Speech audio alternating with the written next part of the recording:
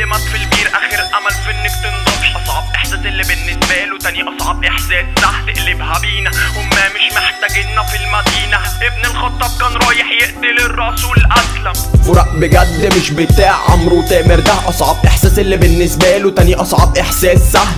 مفيش ألم مين طرف اللي حاسه ما بيتقاس. هتاخد نبذة لما المنوم اخره معاك تتاوب، بس مش انا اللي حاوت مشي تيك اواي وتنتبه له. الاوردر وصل متأخر فاعذريني مش هستلمه. دي مش سلمى الجزء التالت كل ريشة ولونها اسم. اقوى فكرة اسمك هي في مستوى جمهورها. من الواقع للموناليزا مشهد في الفيلم بأي منطق احتليته حوالي تلتين مساحة التتر. اللي مات في البير اخر امل في انك تنضفي. مفيش حاجة من ريحتك هترد لي نور عين انطفي تقلبها بينا. هما مش محتاجيننا في المدينة. هنموت فين غير على طريق الهربانين من الحقيقة. مش بس هما ضدي لا دول هما والظروف. ادي الغار وادي الكفار مفيش امل يجي عنكبوت. مش هبذل جهد في الحفاظ عليك انتي اطلاقا. علاقتي بيكي بتقف في ميعاد انتهاء الباقة.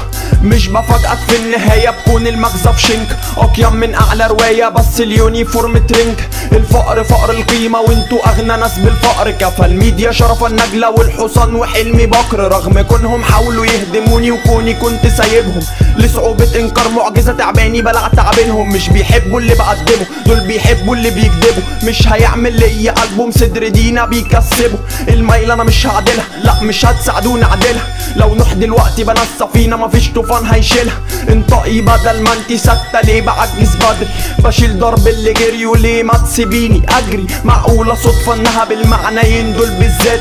يا تبقى باقي الجملة يا تبقى رد على السؤال. الفضل العقلي مش لعقلك يا اللي كتبت الكلمة. فهمت من الخيميائي حاجات باولو كويلو مش فاهمها. لطريق الصح بهدي ومهدي رغم بداية الفاسدة. ابن الخطاب كان رايح يقتل الرسول اسلم.